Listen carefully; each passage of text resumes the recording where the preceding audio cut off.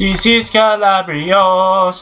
You know, WBA and IBF Superweight Middleweight champion Carl Froch stated in his post-fight press conference how he's willing to fight Kessler for a third time in a neutral venue.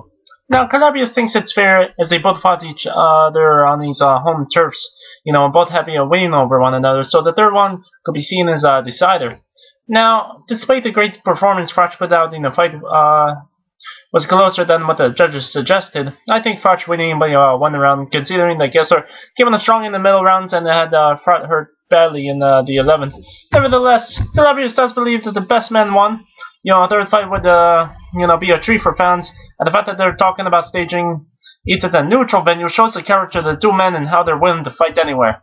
Now, in Calabrios' opinion, I believe that they should make the fight happen at either MGM or Madison Square Garden, mainly on the basis that the rematch got a lot of exposure from HBO.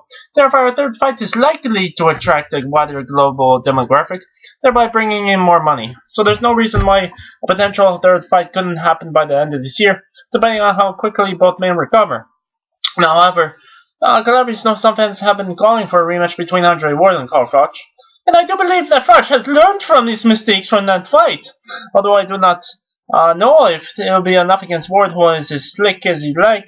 The last person who put him on the canvas was Darnell Boone, when Ward was nothing more than a prospect. He's learned loads since then. In all reality, Ward has very few options in terms of big money fights because very few are willing to fight him, due to his awkward style.